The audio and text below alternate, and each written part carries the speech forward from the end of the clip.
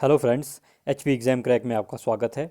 आज हम inspector fisheries के ओल्ड क्वेश्चन पेपर सीरीज़ का जो पार्ट थर्ड है वो करने जा रहे हैं। तो अगर आपने इसके प्रीवियस दो पार्ट नहीं देखे हैं तो आप प्लेलिस्ट में जाके देख सकते हैं। तो चलिए इसी के साथ शुरू करते हैं। आज का हमारा जो फर्स्ट क्वेश्चन है वो है the main economic activity of bushman is. जो बुशमैन है उसकी मुख्य आर्थिक क्रियाकलाप कौन से हैं।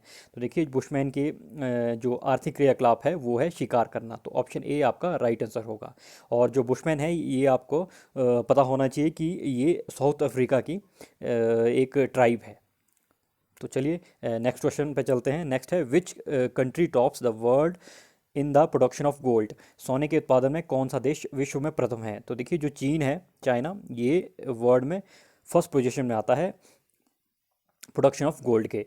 तो जो लास्ट ईयर 2019 में था इसने 404 टन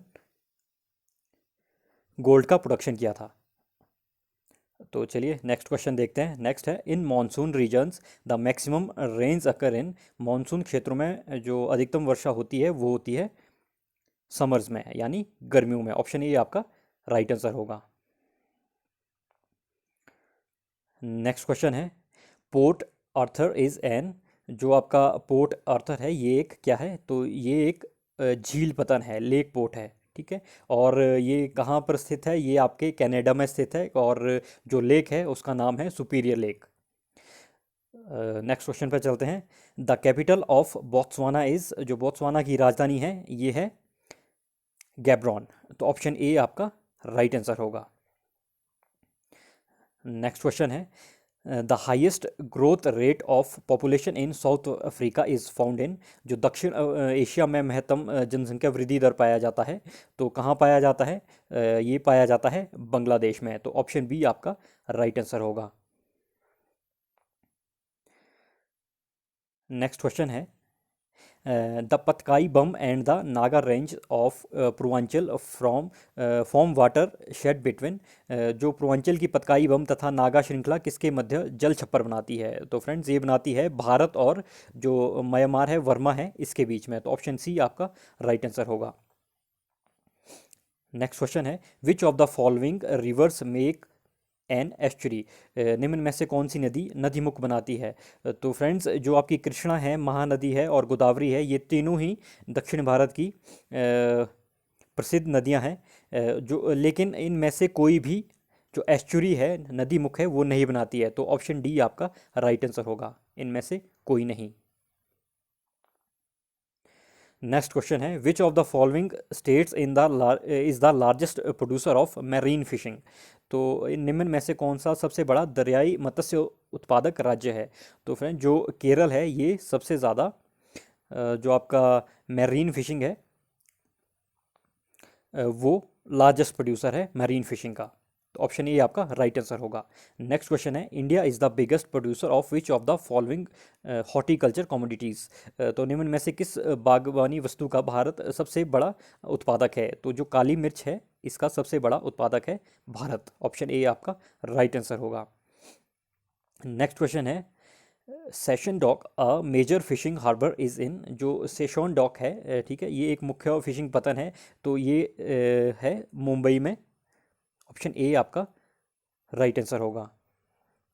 नेक्स्ट क्वेश्चन है India borrowed the idea of directive principle of state policy from the constitution of. तो ये लिया गया है आयरलैंड से। ऑप्शन ए आपका राइट आंसर होगा। नेक्स्ट क्वेश्चन है which schedule of Indian constitution list the names of states and specifies their territories. तो भारतीय संविधान की कौन सी अनुसूची में राज्यों के नाम की सूची तथा उसकी सीमाएं निर्दिष्ट है। तो ये है फर्स्ट यानी प्रथम। ऑप्शन ए आपका राइट आंसर होगा। नेक्स्ट क्वेश्चन है which of the following does not take part in the elections of the president of India. तो फ्रेंड्स जो विधान परिषद के सदस्य है ये प्रेसिडेंट के इलेक्शन में भाग नहीं लेते हैं। बाकी जो आपके इलेक्टेड मेंबर होते हैं लोकसभा के ये भाग लेते हैं, राज्यसभा के भी लेते हैं। लेकिन जो मेंबर्स ऑफ लेजिस्लेटिव काउंसिल्स होते हैं इनके सदस्य भाग नहीं लेते हैं।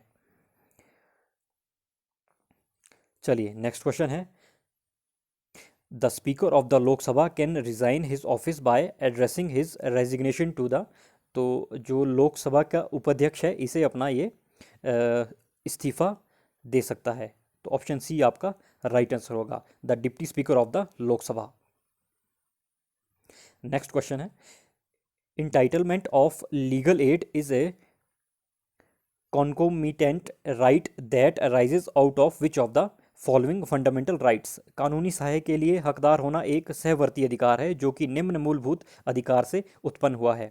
तो फ्रेंड्स ये हुआ है right to equality before law, कानून के समक्ष समानता का अधिकार। ऑप्शन सी आपका राइट आंसर होगा।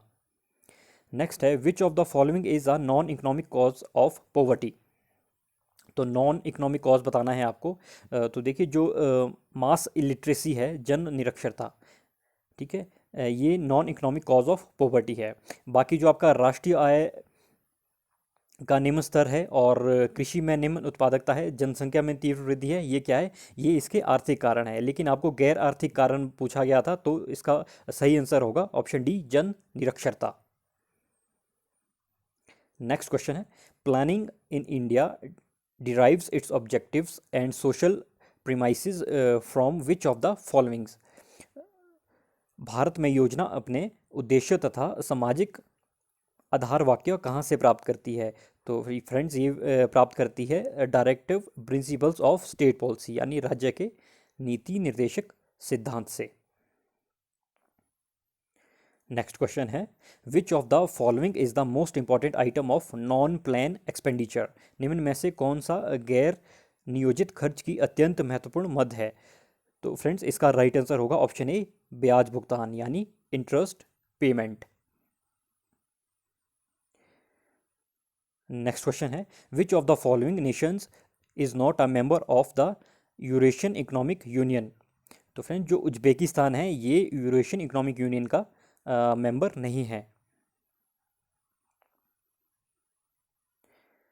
नेक्स्ट क्वेश्चन है, ये एक रीजनिंग का एक क्वेश्चन है, if the word tablecloth is coded as dash then how can hotel be coded.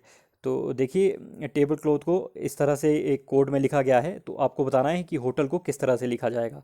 तो फ्रेंड्स सीधा सीधा इसमें रिलेशन है, जो आपका टी है इसको डिनोट किया गया है एक्स से, जो ए है इसे ई से, इसी तरह से जो बाकी वर्ड्स है इन्हें भी एक पर्टिकुलर वर्ड से डिनोट किया गया है।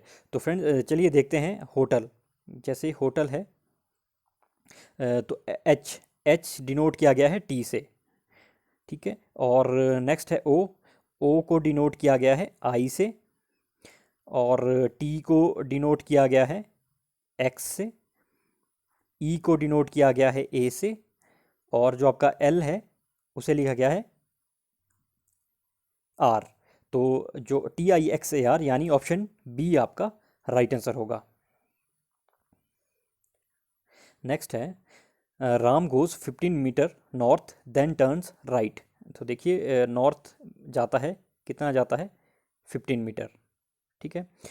Then turns right and walks 20 metre, फिर राइट टर्न होता है और 20 मीटर जाता है, ठीक है। Then again turns right and walks 10 metre, फिर से 10 मीटर राइट जाता है। Then again turns right and walk 20 metre, तो राइट लेके फिर वापस 20 मीटर आता है। How far is he from his original position. देखिए वो यहाँ था, ठीक है, और अभी इस टाइम यहाँ पे है, तो आपको बताना है कि यहाँ से यहाँ तक कितनी दूरी है, ठीक है। तो टोटल ये यहाँ से यहाँ तक 15 था, और यहाँ से यहाँ ये 10 किलोमीटर चला था। तो 15 माइनस 10 यानी 5 मीटर। तो ऑप्शन ए आपका राइट आंसर होगा।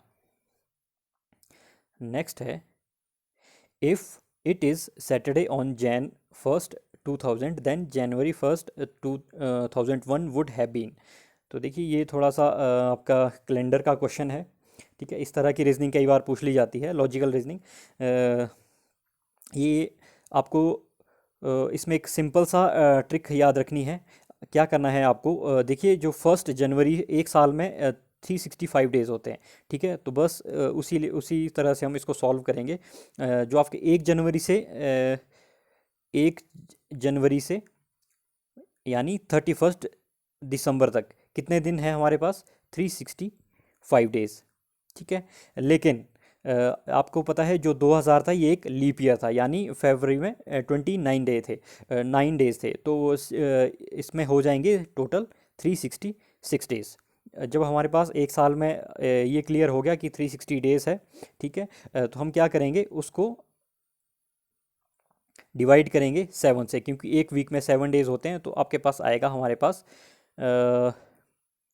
52 डे, ठीक है, और आपके पास 52 वीक्स बन जाएंगे, ठीक है, 52 वीक, लेकिन रिमाइंडर बचेगा आपके पास दो, 2 दिन आपके पास बच जाएंगे एक्स्ट्रा, जो कि एक पूरा वीक नहीं बनाएंगे, तो 52 वीक्स आपके पूरे बन रहे हैं।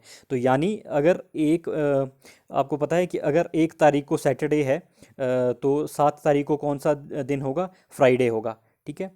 तो यानी एक वीक के एंड में कौन सा दिन होगा, फ्राइडे, और 8 तारीख को होगा फिर से सैटरडे।